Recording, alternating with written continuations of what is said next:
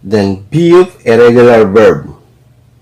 Halimbawa nito ay tokta. Remove biyup. So, tatanggalin natin ang da. Then, tatanggalin din natin itong biyup. Then, add u.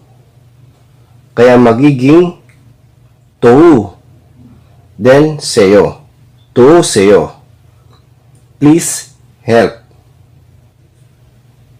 Then, hiyut, irregular verb. Halimbawa nito ay irotta.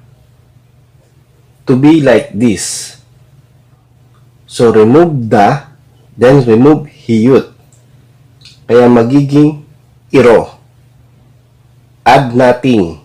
So, hindi natin lalagyan ng u. Seyo lang. So, iro, seyo. Please be like this.